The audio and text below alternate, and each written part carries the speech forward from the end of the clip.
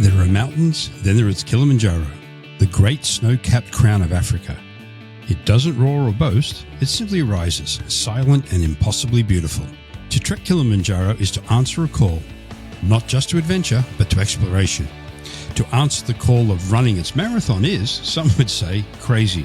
For the runners out there, it is the challenge. From the moment your boots touch the forest floor of the lower slopes, it is a world alive with monkeys, birdsong, and the damp scent of moss and growth. The summit day is something else entirely. You leave in darkness, headlamps dancing like fireflies along the narrow path, but as the sun cracks the horizon and spills gold across the glaciers, the Africa plains lay below you. Hey there everyone, I'm Don, Professor Goway, and welcome to the Goway Pro Travel Tale Podcast.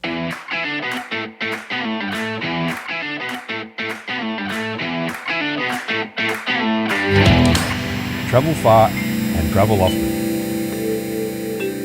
Hello everyone, welcome to the Goway Pro Travel Tales Podcast. Today we're heading off to Africa, East Africa in particular, and we're speaking to Debbie Anderson, who comes from Wild Frontiers. As we always do with our podcast, we like to get our guests to learn a little about, our listeners to learn a little bit about our guests. So, Debbie, can you tell us, please, how you ended up in East Africa? Because as you talk, people will pick up a English accent, so that'd be the first thing, how an English person ended up in East Africa, and how you came to be involved with Wild Frontiers and what Wild Frontiers does. Okay, thank you. Thanks for the introduction, Don. Yes, a very long story short. I used to be in the marketing world, and yes, I am originally from the UK, but I moved to Africa when I was 21. Sort of 7 or 8 years later, I met John, my husband and business partner, and his background was guiding. We started the company together in 1991, and we traveled all over Africa, basically exploring and trying to see areas firsthand. From there, originally we thought we'd do marketing and repping, but it soon became apparent that we would be selling destinations. And over time, we have now got our own operations in Tanzania and also up in Uganda. So things have evolved, but that's where it all started. Okay, wonderful story. So we will come back to the broader aspects of what you do with Wild Frontiers in Uganda and Tanzania shortly, but the goal of today is to talk about Kilimanjaro. So Kili, as most people should know, is the tallest mountain in Africa. Mm-hmm. But from a geographical point of view, does it sit wholly and solely in Tanzania, or does it sort of dribble off into Kenya as well? So can you just tell us where it's located? It's actually in Tanzania. You could argue that the lower slopes running into the Amboseli National Park, which of course is in Kenya. But the reality is that the mountain per se is fairly and squarely in Tanzania. And if you look at a map, you see the border actually goes around the mountain. As I say, it's okay. yeah. Sorry to interrupt. So if someone is looking to see Kilimanjaro, you can obviously do that from Kenya as you can obviously in Tanzania, just as seeing the mountain, correct? Yes, correct. And the beautiful shots that people often see with the elephants in the foreground are mostly taken on the Kenyan side from Amboseli. So that's your typical shot looking southwards toward the mountain, your photograph. If a Goway client out there is speaking to their travel agent and they say to the travel agent, I want to get closer to Kilimanjaro in that I want to climb it, because climbing Kilimanjaro is probably one of the most famous treks. It's not a mountain climb per se. It's a challenging trek, but a trek nonetheless to the top of Africa. So the first question would be to an agent who's not really sure how this works, and that's why we're here today to explain it all. How do you get to a base camp or a base point to start a trek to Kilimanjaro? So we've established it's located in Tanzania. So if you're flying in, it's your first thing. Do you fly into Kenya? Do you fly into Tanzania? What's the best way for a North American to arrive and get to their base camp? Okay, there are no direct flights per se, but your ultimate airport to arrive in is Kilimanjaro Airport, which Hmm. is approximately an hour's drive from I'll call it the base town of Base town. Moshi. Yeah. Yeah. Okay. So Moshi is really where the climbing hub originates. Most of the climb operators are based there. There's a good range of hotels and so forth there. But any guests coming in that travel with us, we will effectively pick them up from the airport and drop them back off at the airport or their final departure area. So we try to make it as seamless as possible. Of course. Now, I did mention sort of offhandedly if someone flies in and that's their first thing to do. So let's take a step back here. Would you recommend, a, as someone's first thing to do in Eastern Africa, is to climb Kili? Or again, I know acclimatization is an issue which we'll discuss later as we get into the actual options to walk up to the top of the mountain or the mountain. But should it be something that someone does on their first thing, or should they spend maybe a week doing the traditional safaris in and around East Africa before they attempt trekking to Kili? That's a very interesting question because obviously people coming from North America have just experienced a very long haul flight and several time zones, which can be quite tiring. What we would ordinarily recommend is your first give yourself a spare day in Moshi or wherever you're staying the night before you or the day before you climb to sort of gather yourself, get into the time zone, rest, check you've got everything you need, and so on and so forth. So sort of a full spare day prepping. Now, yes, one could do a safari first, but Kili will be sitting on the back of your mind, which is not a bad thing because it is quite a daunting task. So in some ways, it's quite nice to get Kili done first, and then you can enjoy your safari or trip to Zanzibar or whatever else. But we do strongly recommend, even if it's not a long haul flight you're coming in on, that you have a spare day in Moshi, before you tackle the actual climb. Right.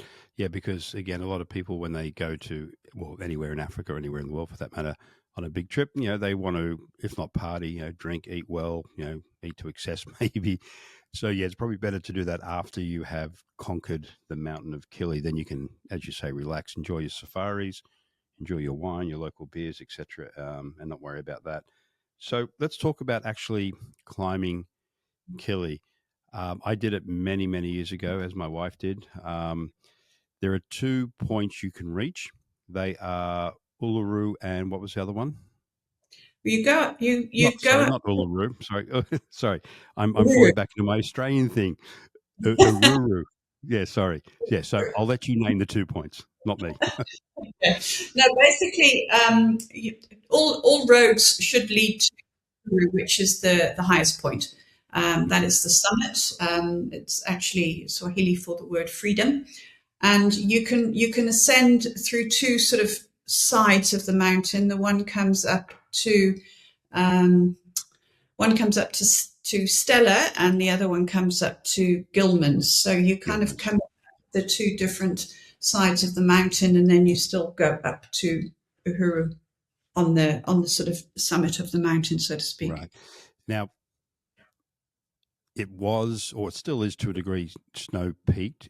I understand, though, the glaciers and the snow up there has been receding over the years. Is that still receding? Has it stabilized itself? Will people experience when and if they summit, because it's not a guarantee, it's an if, will they see snow and glaciers, or is that gone now?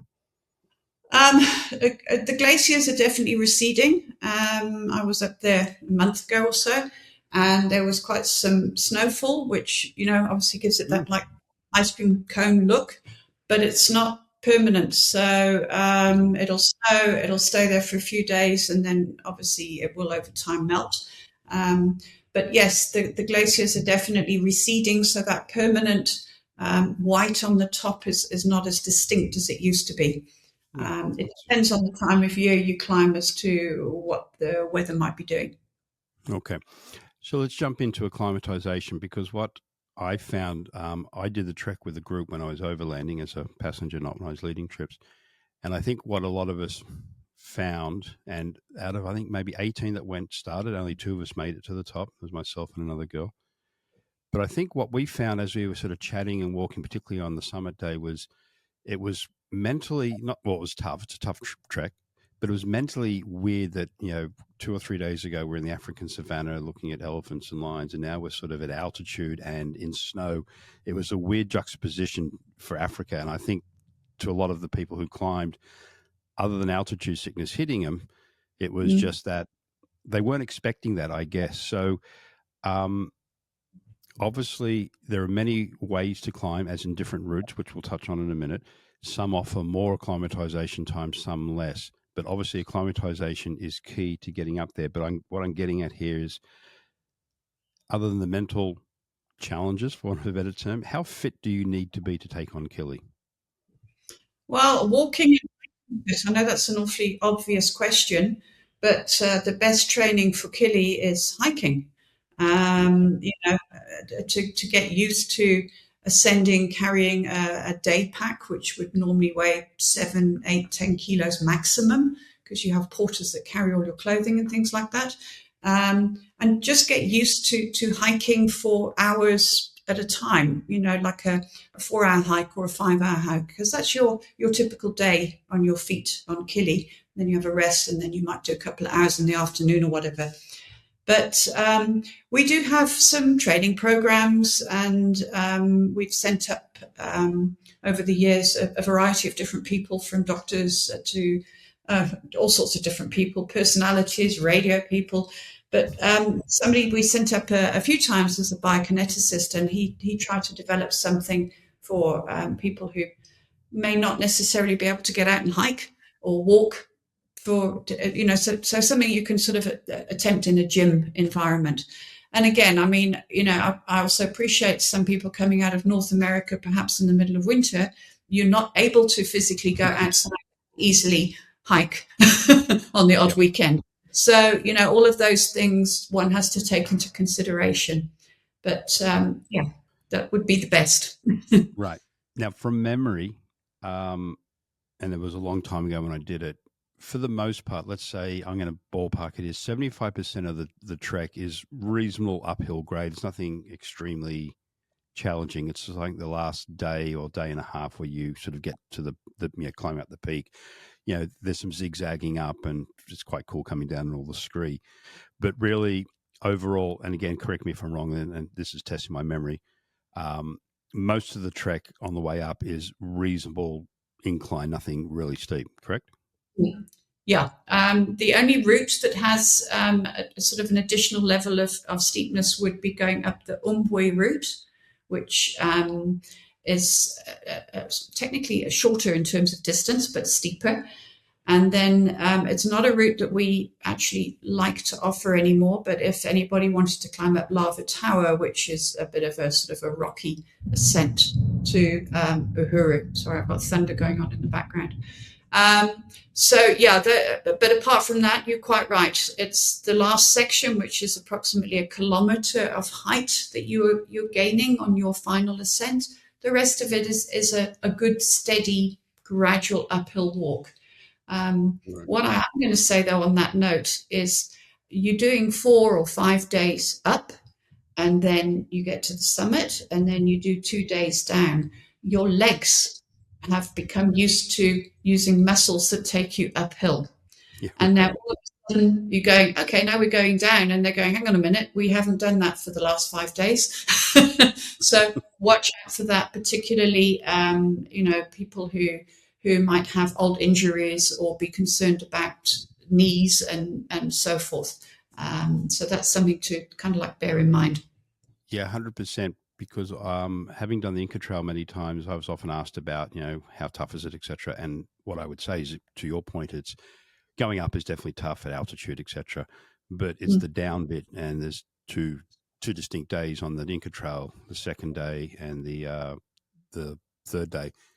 And yeah, it's the down, because your legs are so used to the up, and then the pressure on the knees and stuff. And even though, again, I'm sure it's the same, but I remember coming off the summit, there's the first section, at least, is all the scree, so you can do these big, long gliding steps, which is quite calm and soft on the legs. But then, to your point, as you get down back to where you started, it's down, down, down. Now, a classic saying, I'm sure it's still around, and I'm hoping I remember it correctly. As you mentioned, the porters will carry everything for you other than what you need during the day, which you have in a day pack. Water, sweatshirt or jacket, that sort of thing. And the whole mantra that I remember from the porters, who were amazing, all locals, fantastic guides, "Poli, poli, poli," which means slowly, slowly, slowly. Am I remembering that correctly? You are indeed. Yeah. Okay. So there's a bit of advice that you'll get from us now and from the guides when you're there. Just take your time. There's no mad rush up. Now, so that segues into my question of, now this I know will be based on the route you choose, which we'll then follow up with that. How many days should someone allocate to climb Kilimanjaro, the average traveler or trekker? Okay, we recommend minimum 5 nights for up to. There are some routes that you can do a day shorter, and I won't sell a day shorter. So if you want to book a day shorter, you go book it with somebody else. You really need that extra day, the minimum amount going up, to let your body acclimatize correctly. Otherwise, you are risking your health and also your chance of summiting comfortably. At the end of the day, you've spent a lot of money to be there. It doesn't make sense to try and do it a day quicker. I'm not saying it's not possible. I just don't recommend it at all. Yeah, agreed. So one thing we haven't actually touched on is, what is the height of Kili? If you get to the summit, what height are you at? Oh, here we go. Now you're testing me. I'm just looking at my map to make sure I haven't forgotten. Okay. 5,895, if I remember correctly. And that's meters. Yes. It's meters. Foot, 19,340. That's right. Yeah, I remember it's close to 20,000 feet. So as Debbie mentions there, her advice, and we stand by her expertise, of course, and her knowledge, local knowledge, is take that extra. It's like any trek at altitude. You need to allocate time to acclimatize, because, and it doesn't matter how fit you are or unfit you are. And I've seen this firsthand through traveling through Latin America and the Andes. Even the fittest people can be hit with altitude sickness on any given day. So acclimatization, it's what it's all about. So back to poli, poli, poli. Take your time slowly and use the days allocated as Debbie's recommending. So on that note of routes available, I think the Machami, which is known as the Coca-Cola route. And as an extension of that question, how many routes are there up to the peak of Kilimanjaro? Okay, there's one route called the Marangu route, which used to be labeled Coca-Cola route, which is hutted. The huts are communal, which suits some, not others. Personally, I would prefer the camping option, which is all the other routes. One of the main reasons is because you're sharing huts with potentially a group of strangers. You might have somebody coming in late, or somebody opening and closing the door.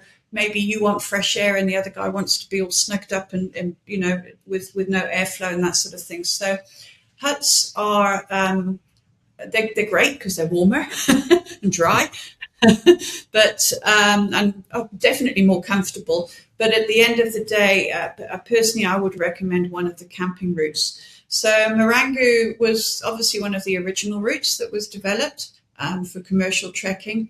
Then you've got Machami, which is probably the most popular of the camping routes. It starts on the sort of southwest face of the mountain, and it sort of circles.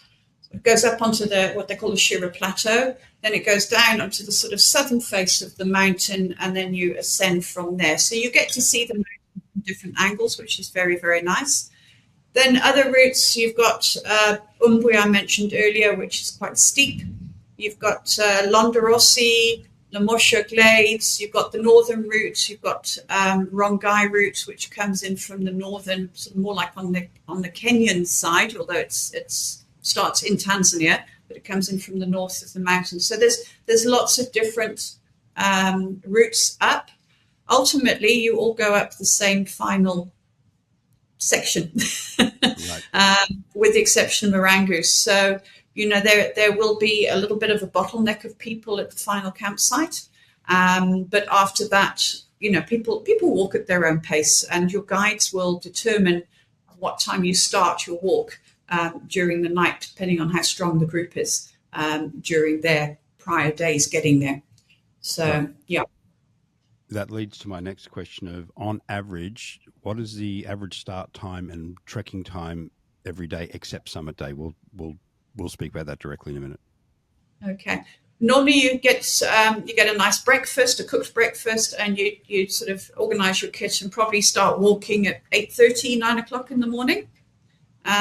Maybe 8:30, and then stop for lunch somewhere. Depending on which day it is and which route you're going, you might be able to stop for a cooked lunch, but more often than not, it's a packed lunch that you would carry yourself.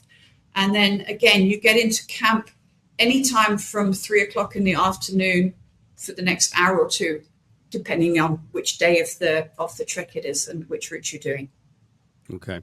Now, I did the Marengo route, and I remember distinctly to this day being woken up at about, I think, 3 o'clock in the morning, maybe around that time for the summit day. So that would be standard across the board as well. It's a very early rise to get there for sunrise, correct?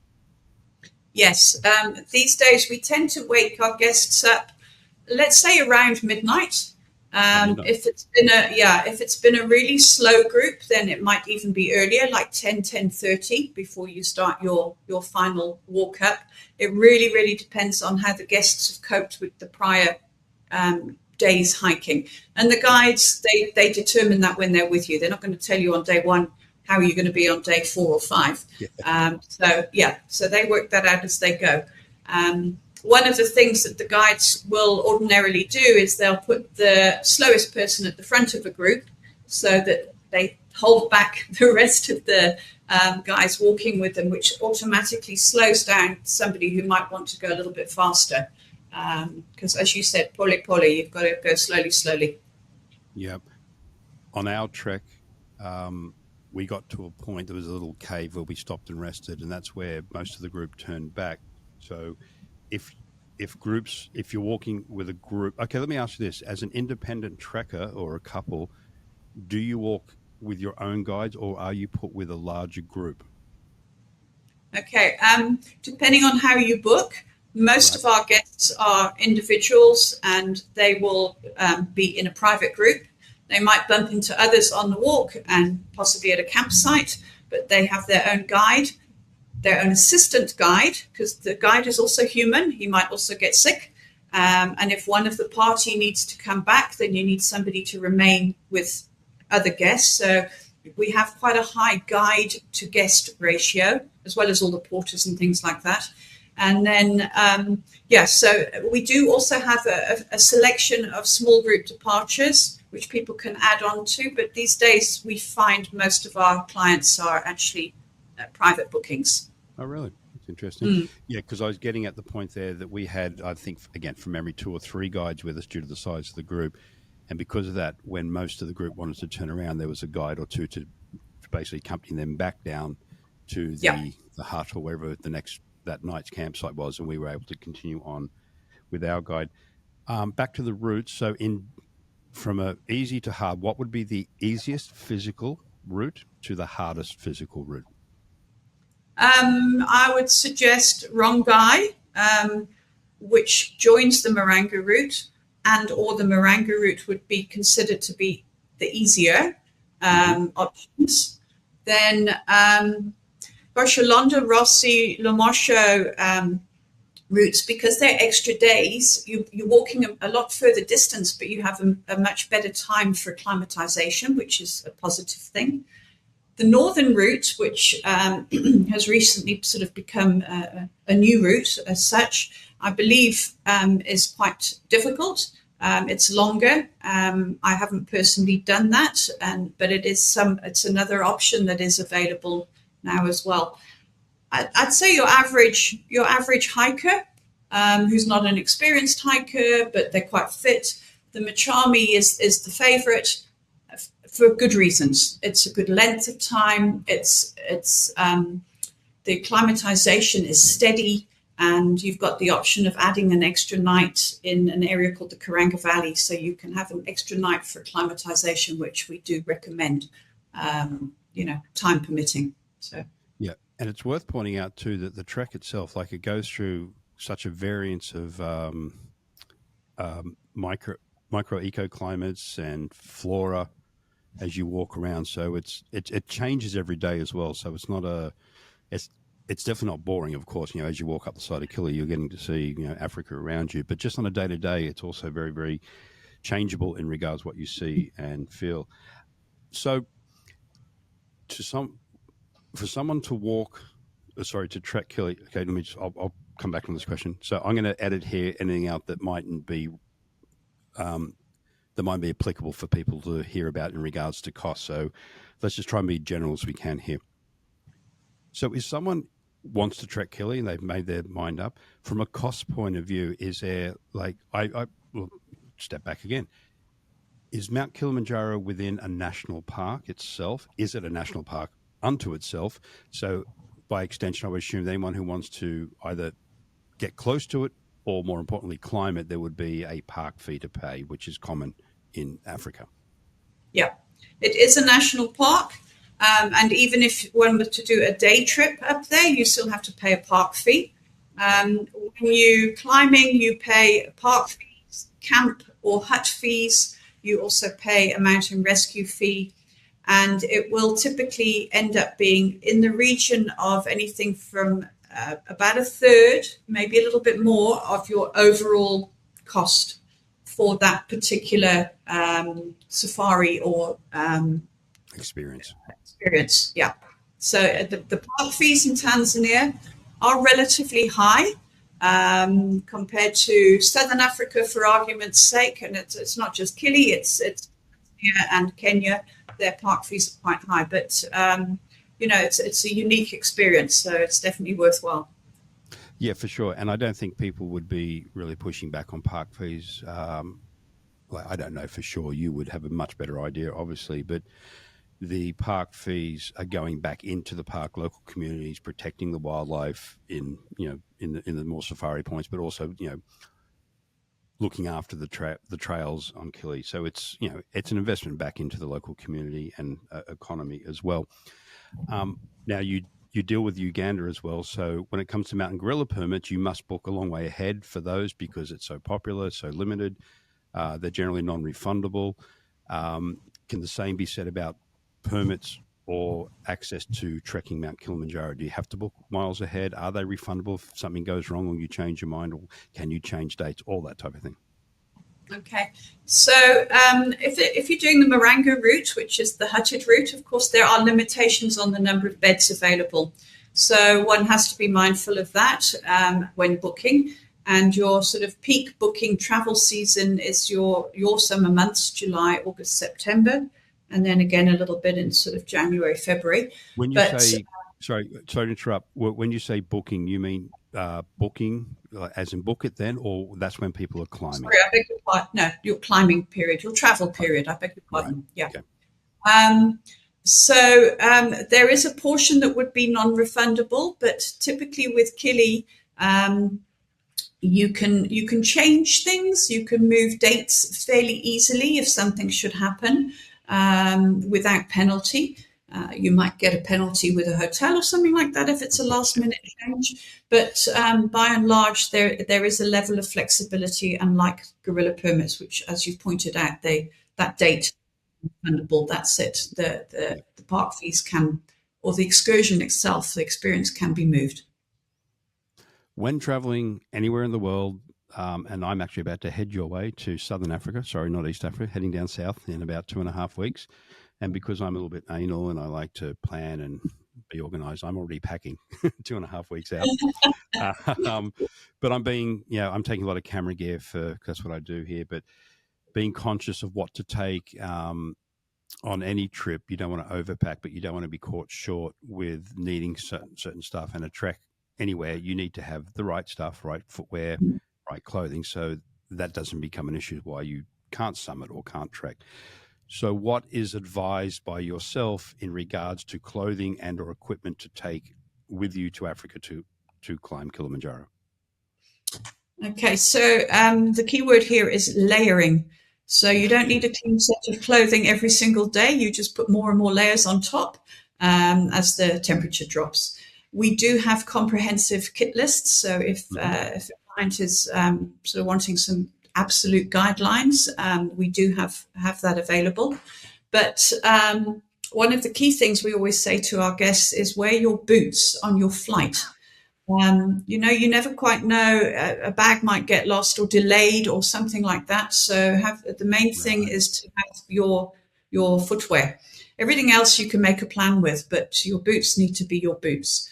Yeah. So you can hire certain elements in Tanzania. I'm not going to testify to the quality of everything being guaranteed. So whatever you can bring with you is better, particularly waterproof gear. That's critical. So if you can bring waterproof pants and or trousers as well as a jacket, then things like sleeping bags and all those things, we don't supply that as part of the equipment.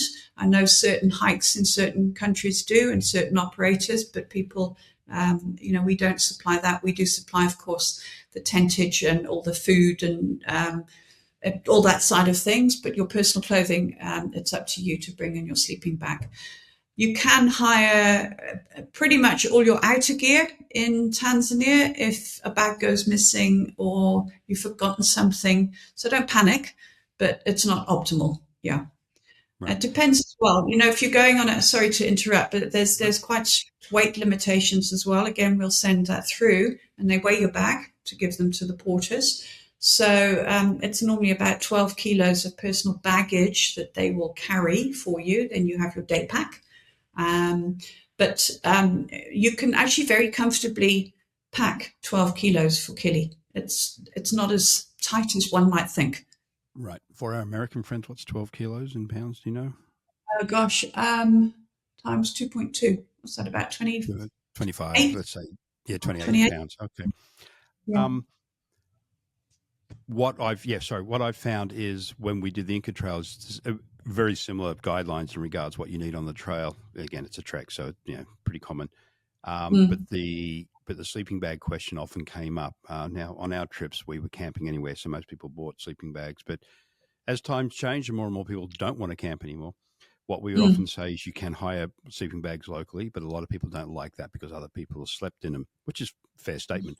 But what we would suggest is you bring like an inner liner, silk liner or cotton liner, something like that. Put that in the sleeping bag if you want to hire one locally. So that's a little advice there, because the average person on a safari with Goway outside of Kilimanjaro will probably not be camping. So that means you have to drag a sleeping bag around for those 3 or 4 days and then lug it with you, which is doable.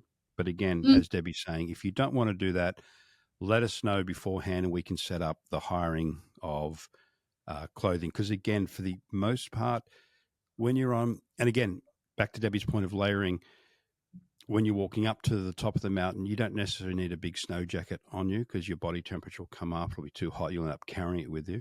If you hang around for half an hour or so on the summit, you might want to throw it back on, and then it comes off maybe an hour later as you're going down. So you've now dragged that big jacket with you for the total use of maybe 5 or 6 hours. Now, that might be important to you. Don't want to say don't do it, but just keep that in mind, hire it locally, or more importantly, as Debbie says, layer, which can be used throughout the rest of your trip in Africa, which I'm sure would include safaris, etc. You mentioned the weight the porters carry, so you sort of half answer this. So the porters, as we discussed, will carry everything outside the day pack, but if you're camping, which is your recommendation based on route, is they carry all the tents, all the food, all the cooking utensils, etc. So the clients basically, as we've established, walk with the day pack and that's it, and the porters do all the hard yakka, as we would say in Australia. Yeah. Okay. On the subject of them carrying the food, what is the food like? You mentioned the meals you get, but what can people expect if someone has dietary restrictions? What's the deal there? Okay. Obviously, dietary restrictions, let us know up front. We haven't had any problems with various diets, so that it shouldn't be an issue.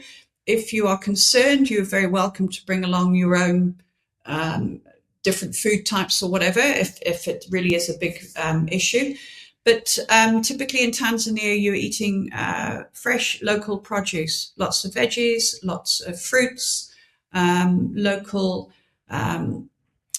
specialities and things like that. They when you're climbing, they'll keep the diet filling, a lot of carbs, warm, so you get soups and stews and things like that as you start going up the mountain because it gets cold at night. Protein, but not like a big chunk of steak. So, that your body can't digest large amounts of protein at altitude. So all of those things are sort of taken into account. But you get 3 decent meals a day. They also provide you with snacks. And they'll prepare your picnic lunch if you're taking a picnic lunch. Just on that subject, which I'm sure you're about to get to, is with regard to the water. Yes. We recommend, although the water that you will have access to is mountain spring water, there could be bacteria in there that your body is not used to. You might be used to drinking pure bottled water or chemical treated water from your tap in your house. I don't know, but bring some sort of water purification tablet. It's your responsibility to purify your own water. So the porters will bring water, you decant it, pop in the pill or whatever it might be, leave it, and then jump off you go. It's just a precaution. Sure. Yeah. Now, that's obviously a very good point, and just please take note that it's the client's responsibility to do that. We go a lot of backcountry camping here, and there's something I get at Mountain Co-op Equipment, which is a Canadian outfitter, and it's literally 2 drops per, like there's an A and B, 2 drops of each, stick in the water, wait 5 minutes, and it's done. And we've used that camping and had no issues with any type of waterborne illnesses. Now, we discussed what happens if you want to turn back because you have, guides there. They'll turn you back. And I would assume that if you want to turn back at any time, it's like anything. If you're sort of close to day one and for whatever reason you want to turn back or you get hurt, they take you back to the start. But as you get more into the trek, they would take you back to the last campsite and you would wait for the group to return if it's not an injury-based situation? No, you go straight back to the base. And then the hotel would organise, communications are quite good these days. There's phone signal just about everywhere. So they would organise for a transfer vehicle to come and collect you, and then you go back to the hotel. Because camping, sorry. No, after you. Yeah, because of camping, the camp will be completely dismantled. So you can't sort of have a tent waiting, if you know what I mean. If it's going down Moranga route in the huts, that's a possibility.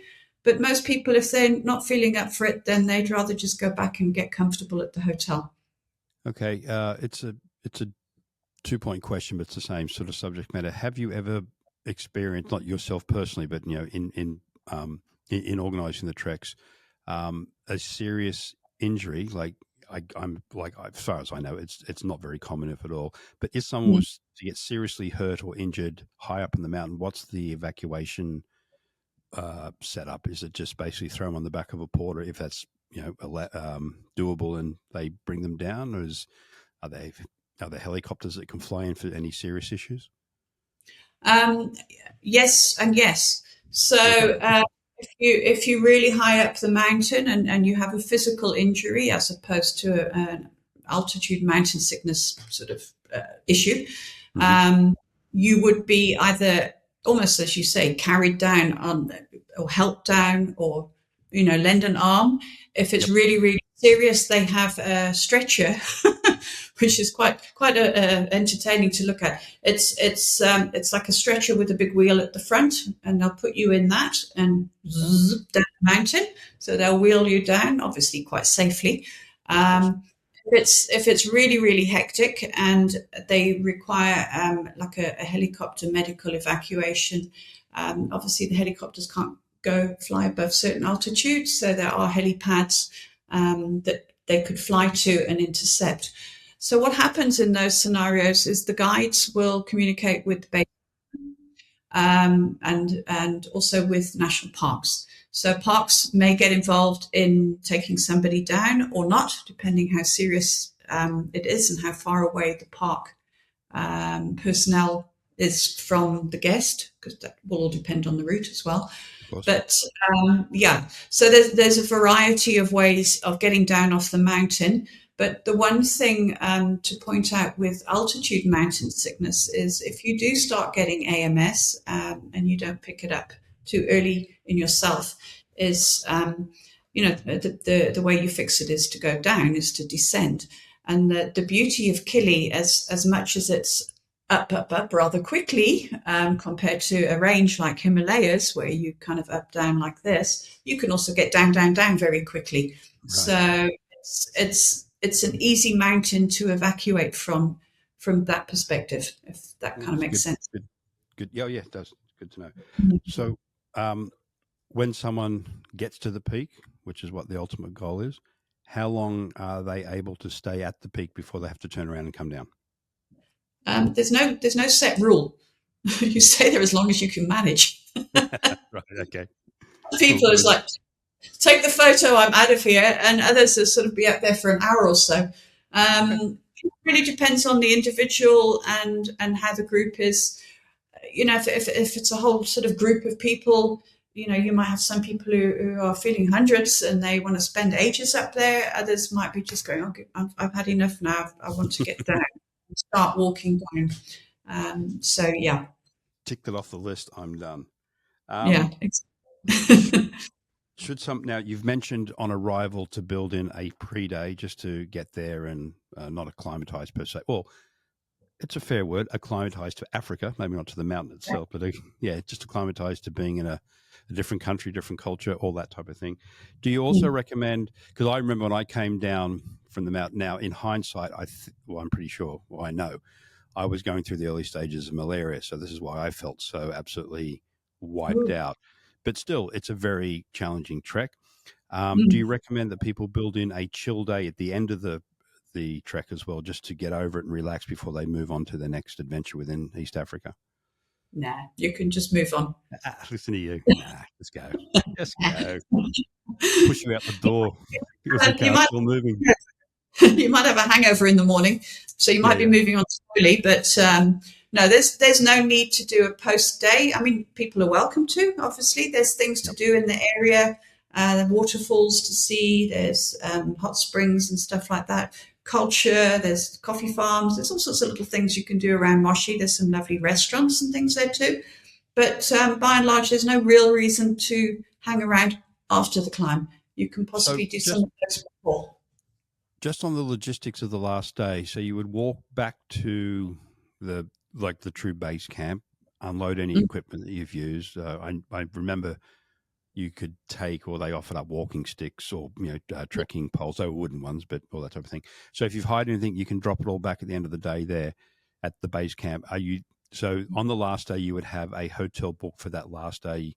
You'd go back, you'd have your celebratory dinner and or drinks, be it a couple, be it a group, and then the next day is what we're talking about. You then move on to your next adventure, correct? Correct, yes. So do spend that night in Moshi. Some guests don't. Some literally come off the mountain and head off somewhere else. Oh, wow. But I would recommend that last night, and, in case there's some delay, perhaps somebody's walking slowly or, you just don't know. So have that last night built in. And it's also very nice to have a bit of a celebration with the guides and the staff and whatnot. It's fun. Yeah, because if you're even if you don't summit, it's still based on how high you get, it's still a big challenge. It's still a big trek, physical, mental, and particularly if you summit, it's definitely worth celebrating. So there's no need to rush off. And in the scheme of a trip to Africa, basically rushing off a half day early is not going to achieve anything. To be perfectly honest, enjoy your time there. Now, one thing that I didn't know about until I met you, I knew about the Kili climbs and you did that, but I didn't know that you also look after, you being your company, Wild Frontiers, organize an annual, I believe, marathon called the Kilimanjaro Marathon. I'm going to go out on a limb and say you don't actually run to the top of the mountain, do you? I'm assuming it's sort of around the base of the mountain. So can you expand on that for our running people out there? Yeah, with pleasure. John, my husband, actually came up with this crazy idea 23 years ago. So we've been doing Kili Marathon for 23 years now. We started off with about 450, 500 people. I don't know. I can't remember. Now we're up to about 13,000 runners in total. Are you kidding? Really? No. Yeah, it's a bit crazy. Wow. Yeah. It's It's based in Moshi. You're effectively running around the suburbs, if I can call it that, of Moshi. We organise a 42-kilometre marathon. It is measured by AIMS, sorry, not AIMS, World Athletics representation. So it's correctly measured, and it can be used as a qualifier for ultramarathons as long as it falls within the time frame. We also offer a 21, which is very, very popular, and a fun run, which is also popular, but more so for the Moshi residents. It's a great run. It's a circular route pretty much. So the full and the half follow the same route, and then the full continues on a slightly more level section. But it's so nice because the first part of the morning, or the route, the first about 8Ks is a steady uphill, but you've got Kili sitting there. You're running with the mountain. You're running toward the mountain. It's just beautiful. So if the weather's nice and it's a clear morning, it's quite spectacular. And then just to add on that for the party people, our sponsor, which is Kilimanjaro Premium Lager, they also organize a thing that is called Kili Dome, which is a 3-day party. Oh, wow. Which it's got light show, it brings in local music and bands, and it is absolutely spectacular. So that runs over the same weekend. And when I say you cannot get a bed night in Moshi, if you don't book that town literally fills up to the brim. It's quite amazing just watching all these people come in and party. It's great fun. When is the marathon on an annual basis? Which month or dates? Normally we aim for the last Sunday or first Sunday of February, March. Next year we are potentially looking at the 22nd of March because of Ramadan, and we're just busy fine-tuning the dates with our sponsors, but that's the most likely. If a runner or a group of runners need or want to book the marathon, I would assume there's an entry fee for that. And we can obviously package it up with the hotel accommodation. And if they've got any energy left, if they want to go and summit Kili after that, or even before, if they're really crazy, or do a safari, we can arrange all that for them as well. You mentioned that Moshi sells out because of the marathon. So your advice on how far ahead to book if you want to look at doing the marathon? Yeah, if you are keen, as soon as the dates are released, book. Okay. And that'll be on our website as well here at Goway. So Yes. highly recommend to any of our Goway agents out there who deal with groups, particularly running groups, this would be an awesome suggestion to bring forward to your running group to do a marathon, in the shadows of Kilimanjaro in Tanzania, East Africa. Are there any other prerequisites for the marathon? Is it really just entering, basically saying, I want to enter, here's my fee. Is there any fitness checks before, or it's just, if you think you can do it, away you go? Yeah. No, I mean, obviously we do a lot of social media and mailers and things like that, and recommend people get appropriately fit, but there's no specific guideline of you can and can't enter this. It really is a proper African marathon. It's just, what does that mean? It's a little bit chaotic sometimes. No, what we get there is we get the creme de la creme of East African runners, and they're the best long distance runners in the world. Those guys are machines. It is just amazing watching them run. It is absolutely phenomenal. So and an honor to watch them as well, because some of those guys, it's like a training ground for the Olympics. Certainly for the Tanzanians. When I say chaotic, most of the other people that enter are not generally runners, so they're not used to things like seeding, for example, and that sort of thing. So that's where a little bit of the chaos can come into place. But we run it properly. We've got water points that are all manned by various sponsors. They're good fun. We've got first aid, we've got support crews, police, blah, blah, blah, blah, blah, and a big sort of concert at the end, as well as this Kili Dome affair as well. So, but it's got a lovely vibe. And in fact, we featured in something popped up the other day with third or fourth of the world's world's not best marathons, but kind of most adventurous marathons or sought after marathons. Well, With that makes perfect sense to me. yeah, sitting next door to things like the Great Wall of China and the Antarctic and things like that. So yeah, it's a really, really lovely weekend. The people are very welcoming. Wow, sounds it. So again, any runners out there directly or agents who work with running groups, this is something definitely worth looking into. Give us a call. We can pass on all the information that Debbie has at hand. We're coming to the end of our time, but I don't want to go before we allow you to give us a quick little pitch on the other things that you do as Wild Frontiers. You mentioned the gorillas in Uganda and your own safari setup. So give us your elevator pitch on Wild Frontiers and all the other things you can do for people. Oh, well, thank you very much, Don. Well, as we're on the subject of marathons, we also organise the Victoria Falls Marathon in Zimbabwe. So that's another option for your running market. And this year, that typically takes place the first weekend of July. July. So it's in winter, a little bit cooler. We run over the bridge, over the old iron bridge, and then through the national park. Very different vibe to Kili, but it's a beautiful run. It's really, really nice. So that's another option for your running market. So those are our two big events.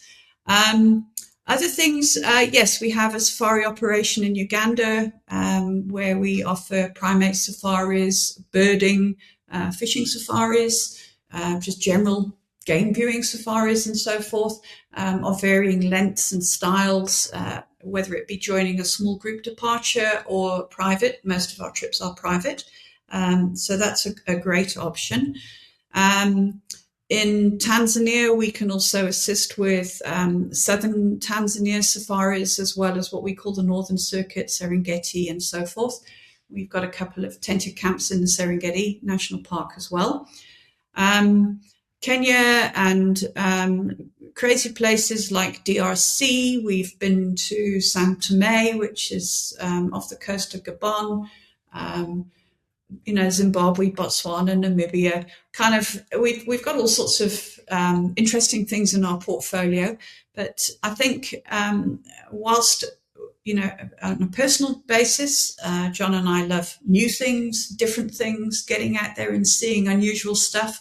I think it's that sort of 80-20 rule. Most of our guests, their first safari in Africa, they want to see and explore, all the iconic places that suspects, yeah, of course, yeah. So yes, individually as Wild Frontiers, we sell pretty much all of Africa. South of thing. Although we've been to Central Africa Republic, John's been to Chad. All sorts of crazy places over the years. But our sort of core business, of course, is in East Africa, as you mentioned. So as you can, sorry, Debbie. So as you can see by our partners throughout Africa, very well experienced, local knowledge, and they're the best at what they do. So when you come to Goway, you can get what you're after through one of our partners down in the continent of Africa. They've cover everything, literally from central, east, south, northern as well. And it'd be nice, Debbie, actually one time if we could get back together and maybe have a more in-depth chat about the gorillas, because I know that's a very popular choice or option, for people coming out of North America to see the gorillas, because you can see them nowhere else in the world other than Uganda and Rwanda. Or I believe that there's some in the DRC. Is that right? Yep. I was there in 2020. I did trekking there. That was the first place we trekked. I'm sure you did as well back in the day. Yes. When it was still higher. Back in the day. Yeah, it was. Exactly. So that is like a truly unique opportunity. Well, as is Kilimanjaro for that matter, because there's no other mountain like Kili. But from the gorillas, from a wildlife point of view, there's nowhere else in the world that you can do that. And Debbie has experience in there with Wild Frontiers, so maybe we will get together and have a more in-depth chat about that. So, Debbie, thank you very much for your time. Actually, I didn't ask you, where are you at the moment, like physically? You in Moshi or? No, I'm currently in Johannesburg. Oh, you're in Johannesburg. Is that where you're based, or are you based up in Tanzania? Well, theoretically based in Johannesburg, but I'd say an aeroplane maybe. Yeah, every second day back and forth. Yeah. Sometimes it feels like that. No, we very very privileged to travel a lot and, see a lot of these places regularly, and keep in touch with our partners and things like that, and our offices on the ground. So, yeah. Wonderful. Is there anything else you'd like to leave our listening audience with before we say goodbye? Not really per se on a selling point of view, but all I'm going to say to you is do it now. Things change. Yeah, it's definitely, as I just mentioned, it's a unique part of the world, Africa in itself. It's the tallest mountain in Africa. It's a doable trek for the average person. You don't need to be crazy fit. Just have the right mentality for it. When all my trekkers for the Inca Trail, it's not the altitude, it's the attitude. If you get that together, you'll have an amazing challenge in front of you, stunning views, stunning people. And then after that, you've got East Africa at your doorstep, Tanzania, the Serengeti, Amboseli, Lake Victoria, Uganda. It's all around each other. So there's so much to see and do, with Kili literally being the crown of a trip to East Africa. So on that note, Debbie, thank you very much again for your time. Really appreciate it. And everyone out there, thank you for listening in. As always, we appreciate your time as well. And we will talk to you soon. Thank you. Thank you very much indeed for hosting us. Our pleasure.